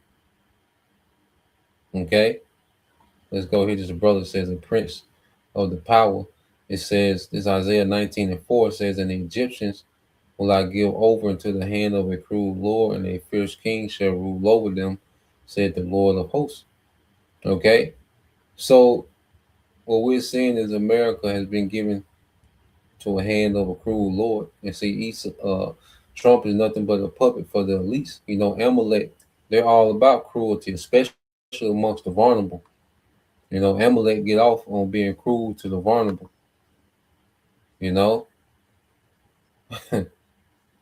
Yeah, he done made people sensitive to to false flags. Niggas be chilling. Niggas is working on their menu for the game Monday, man. Niggas ain't thinking about no goddamn Renee. Okay, her legacy ain't gonna make it past the weekend. All right, gonna be on something else. Nigga die every day, B. Okay. So yeah, man, and to show you that the devil trying to provoke a response from the masses, let's go here. And I think all these are AI. It might not, but we know for sure that it's of the left hand. So I got a few of these because first you got the Black Panthers are back. When they said the Black Panthers was back, I said, are you serious? Okay. And they said the Black Panther was back. I said, damn. This nigga is desperate, man. Esau is desperate, bro. The Panthers, Yeah. So now the Panthers are back, man. Showing you that this nigga want a reaction. He definitely wants you Jakes to crash out. He definitely wants you Jakes to crash out. So now, supposedly, the Black Panthers are back on the scene. All right, to resist ICE. Okay, so let's play this. Or Black Panther. Let's go ahead on and check this out. No ICE agent ever run up on me. I guarantee you they won't. I'll put a hole in their chest the size of a window. Safe line repair, safe line replace. That's what's gonna happen. They touch me. Unarmed woman was killed by ICE. If you think you're about to come and brutalize the people while we're standing here, come around and find out.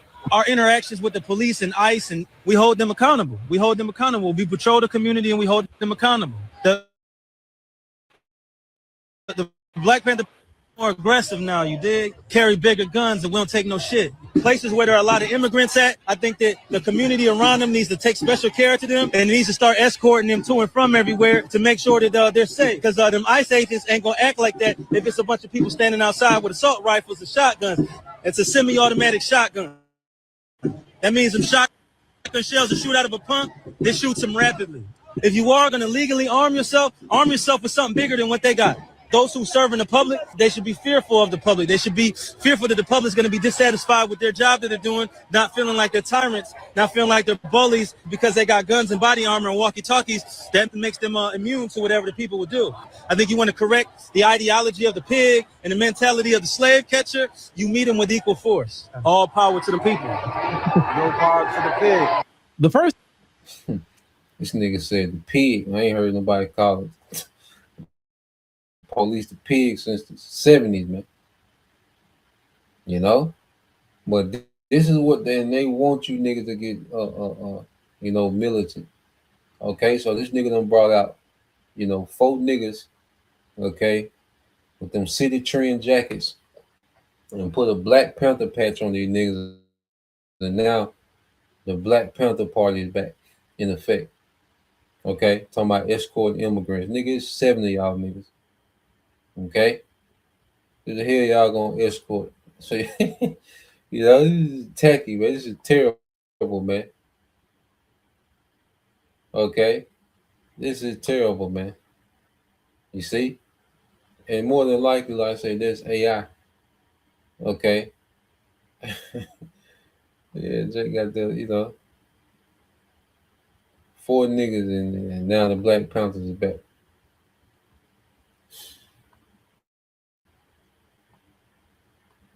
So yeah, they and this is what because they want their reaction, man. They especially want you niggas to crash out.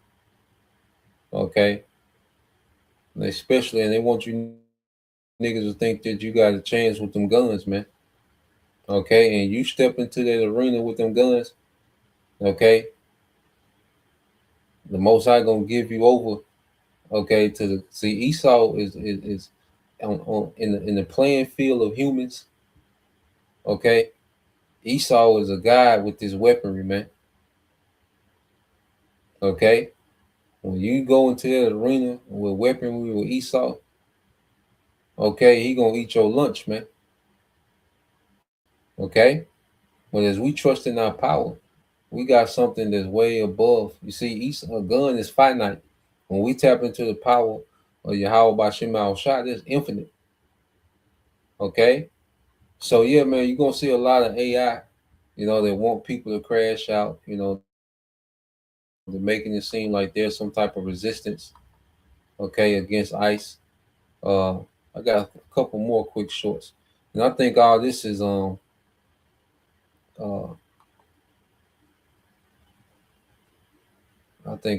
AI. Y'all brothers let me know, what y'all think. Well, I think both of these next clips is AI too.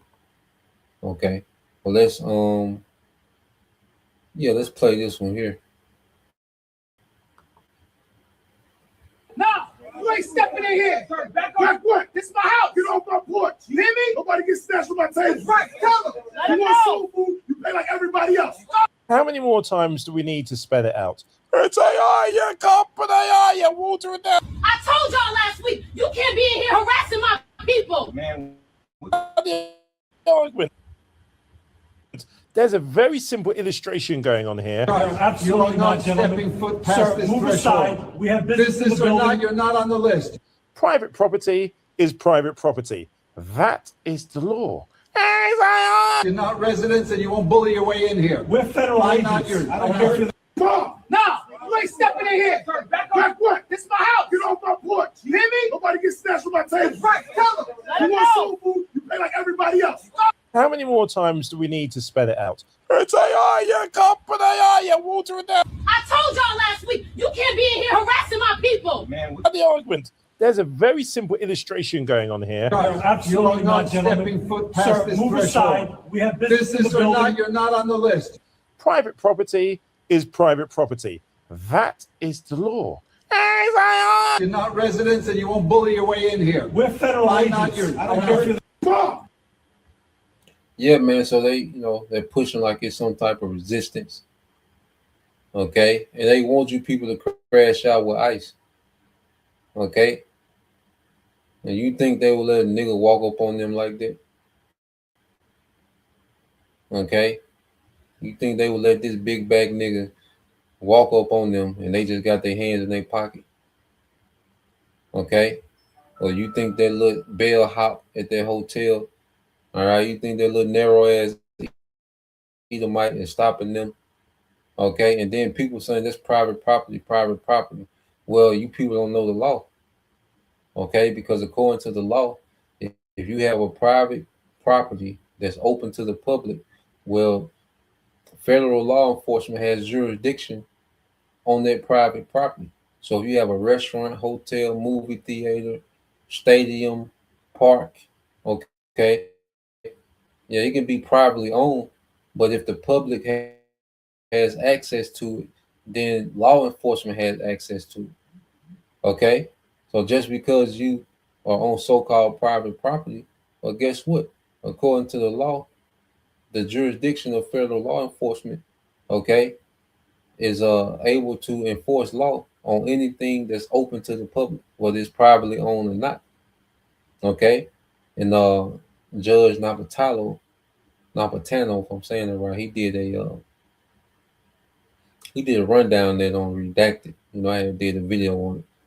You know, but I have to see if I can find it. But they call it something. I forgot what they call them type of buildings that's privately owned. Okay, and but they open to the public. You know, it's a certain terminology they use. You know, when dealing with that. But I got one more. You know, and I know this was short AI. You know, so this post ICE agents trying to gain access to private gyms. So let's see. Hold up, back it up. Sir, we need to come inside. Members only. You don't belong here.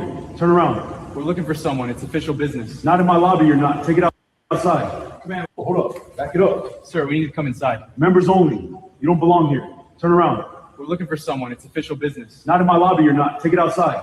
Command. Hold up, back it up. Sir. Yeah, man. So, you know, a lot of this is just AI, you know, and they want a reaction out of the masses, man.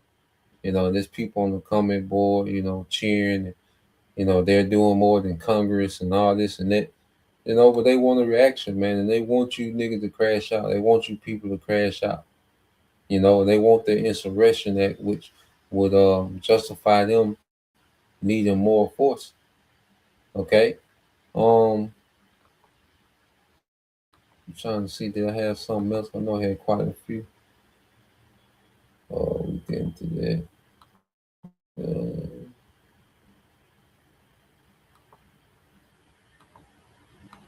So what this is, it's something else.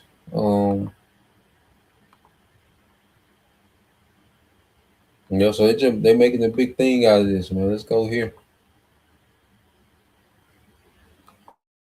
Let's get a few precepts.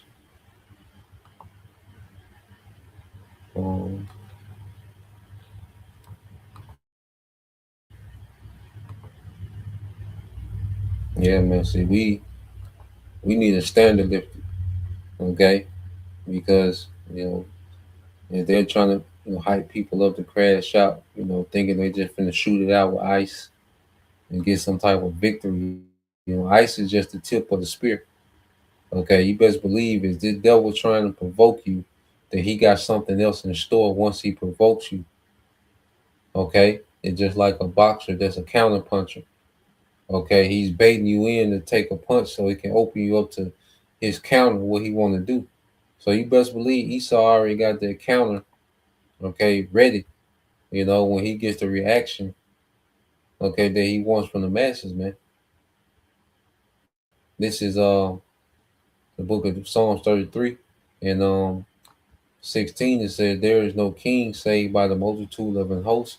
A mighty man is not delivered by much strength. A horse is a vain thing for safety, neither shall he deliver any by his great strength." Okay, so what we have to understand, the victory is in Yahweh Bashim Al Shah. You know, as everyone now, you know, wants to be this gun expert. Everybody wants to walk around and tote, you know, a automatic weapon, ARs, and you know, everybody wants to look tough with these weaponry, man. But there ain't no victory in it. Okay, because Esau wants, you know, people to cancel each other out anyway. Okay, so this plays into his agenda of depopulation. Okay, so he wants civil unrest. He wants a purge-like atmosphere. You know, just like the brother said, you know, they the people not reacting like he wants, man. So he gonna have to put a plan in to shoot it out. You know, he gonna have to implant somebody to shoot it out with ice. You know, it said, "Behold, the eye of the Lord is upon them that fear Him, upon them that hope in His mercy." Okay, so the Lord is dealing with His hopeful elect. They have a reverence for Him in these times, man. You know, to deliver their soul from death and keep them alive in famine. Okay, when things get scarce, there's already provisions made. Because we come into these times, man, civil unrest, scarcity, famine. Okay, it says, "Our soul waited for thee, O Lord. He is our help and our shield." Okay, so we have a defense. We're not going into this defenseless, man. If you got a firearm, you know, there's nothing wrong with that. If you got a registered, you know, a lawful firearm, okay, and you're tactical, you know, your brother is tactical, there's nothing wrong with that. Okay, well, that's not the victory. You see, you got your weapon to protect, you know, your person and your house and, you know, whatever. But ultimately, the victory gonna come through Yahweh Bashim Al Shai, because we're not going into these times defenseless. Okay, the Lord gonna put plays together, man. It's already in place. You know, the Lord just causing. He just setting the stage for Him to show that power. You know, but the Lord already got it. You know, planned out. Okay, for His elect in these times, because it's going to be sorrows on every side, as the scriptures say. He says, "Let Thy mercy, O Lord, be upon us according as we hope in Thee." You know, and the only thing that's going to matter is whom the Lord has mercy on. Okay, you thinking you some type of quick draw McGraw, okay, and you finna go through these times, you know, as you know, John Wick, you know, a nigga got in his mind like he finna be, okay, John Wick, okay, you finna be out of there, man. Nah, man, we need, okay, spiritual power. That's why your brother got this. You call Judah, Romans 8:6, for to be carnally minded is death. Okay, so you're gonna have a lot of people that's gonna crash out. It's gonna be provoked to crash out. And this is what I want to say too, man. What all these wild young niggas that shoot up everything, man? Where are these niggas at, man? Where are these young wild niggas that everybody praise for being so tough and so badass? Where are these niggas at, man? Okay, all these, you know, the rap video. Where all these niggas at in the rap video with these guns? Okay, it'd be one, you know, the rap video. You have one nigga rapping, okay, and there's one room apartment, but there's 70 niggas in that one room apartment with guns, man. Where all them niggas at? Everybody was outside. All, you know, before Trump started dispatching ICE, everybody was outside. You know, everybody was talking about switches. Where are these niggas at now? Okay, showing you that these niggas ain't crazy like they put on. They just know they can get away with, you know, being violent towards Jake. Okay, because this system is meant, you know, for Jake to catch bodies. And, you know, Esau let these little young niggas run loose on each other, man. Okay, and them niggas know that, you know, they can catch a Jake slipping. Okay, but these niggas ain't crazy as they've been putting on. Okay, they said, "For to be carnally minded is death, but to be spiritually minded is life and peace, because the carnal mind is enmity against the Most High, for it is not subject to the law of the Most High." Okay, neither indeed can be. You know, so we operate in the spirit, man. The Lord is going to give us, you know, spiritual powers, man. All right, it's going to far surpass. Okay, it's going to far surpass anything that this devil got, man. Okay, because it's going to be through the Lord we overcome, you know, what this devil, you know, is getting ready to do, what he's setting the stage for. Okay, but he wants to drag people into his arena, which is carnality. Okay, but we're going to stay in the spirit and the power, you know, that we're going to get to combat this, man, is going to be in the spirit. Okay, which is something that's it's not going to be anything that you can quantify. You see, you can quantify his weaponry, 50 round clip, 100 round clip. Okay, you can go this far, it can only penetrate this, you can't penetrate that. But see, the spirit ain't got them limitations. When the Lord turns up the spirit ain't bound by the laws of physics and certain limitations, man. And that's the power that we want, man. And then that gives the Most High the glory. You see, it says this Psalm 44:4 said, "Thou art my King, O power, command deliverances for Jacob. Through thee will we push down our enemies.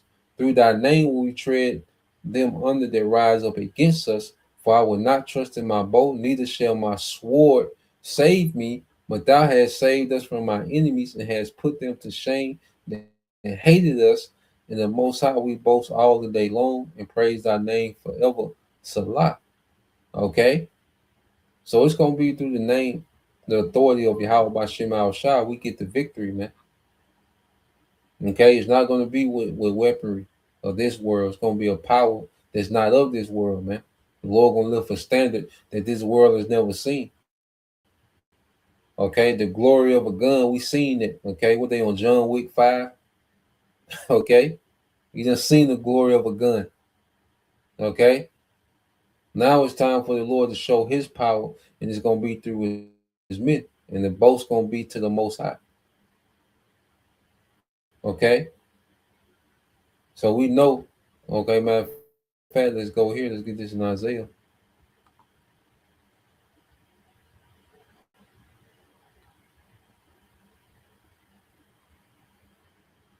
Oh, yeah, the brother got it. That's the spirit. That was just what I'm about to go get, bro. Yeah, the brother got it. So let's go here. This is the brother, okay, a prince of the power, Isaiah 59:19.